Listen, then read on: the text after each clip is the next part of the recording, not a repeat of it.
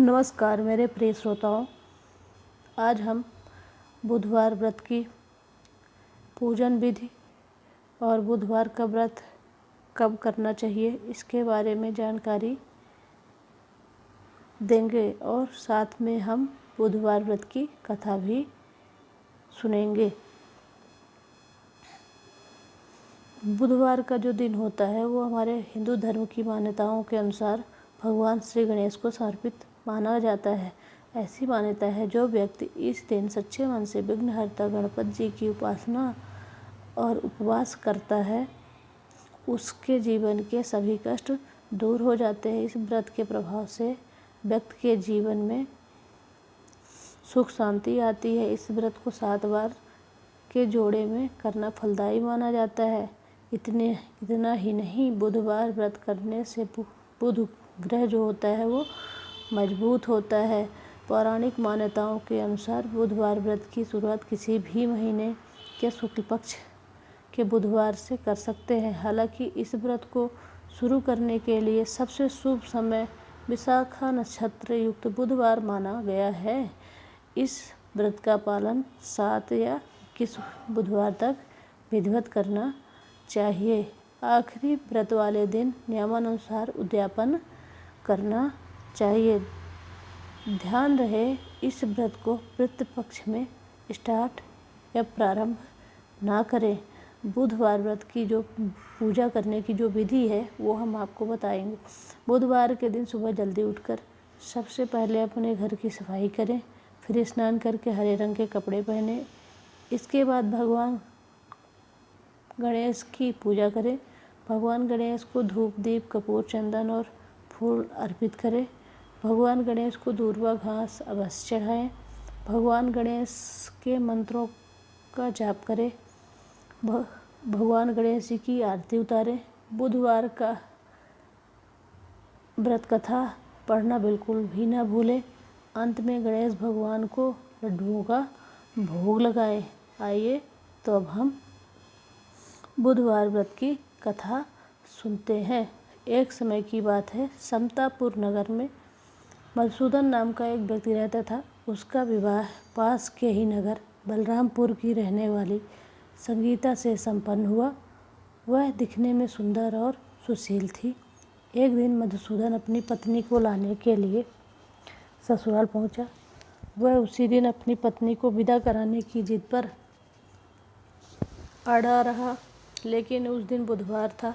पत्नी के घर वाले समझने लगे कि बुधवार के दिन यात्रा करना अशुभ होता है, पर वह नहीं माना। संगीता के घर वालों को उससे बुधवार के दिन ही विदा करना पड़ा। इस तरह वे दोनों बैलगाड़ी में बैठकर जाने लगे। कुछ दूरी तय करने के बाद रास्ते में बैलगाड़ी का एक पहिया टूट गया। फिर दोनों गाड़ी से उतरकर पैदल यात्रा करने लगे। इसी बीच संगीता को प्यास लगी। तभी मधुसूदन पानी लेने गया। वह पानी लेकर लौटा तो हैरान रह गया। उसने देखा कि उसकी पत्नी के साथ उसका कोई हमशक्ल बैठा है। पास जाकर उसने हमशक्ल से पूछा कि कौन हो। इस पर उस आदमी ने कहा कि उसका नाम मधुसूदन है और वह संगीता का पति है।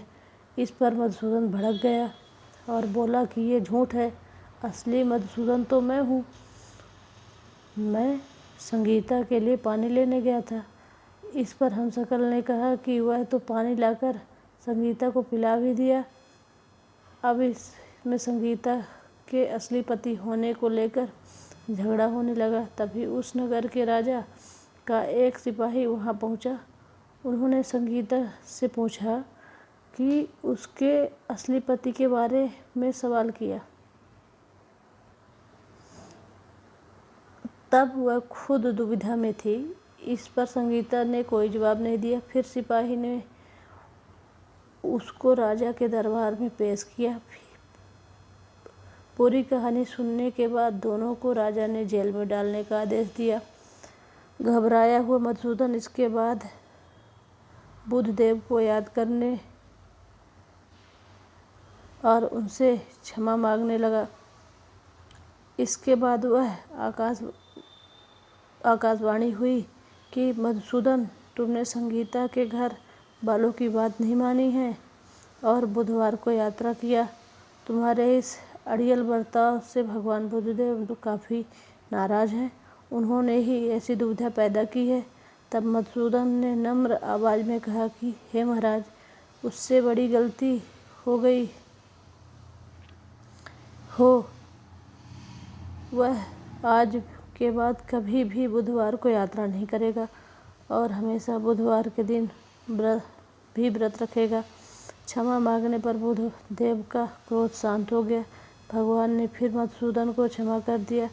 राजा के दरबार में मौजूद उसका हमशक्ल भी गायब हो गया।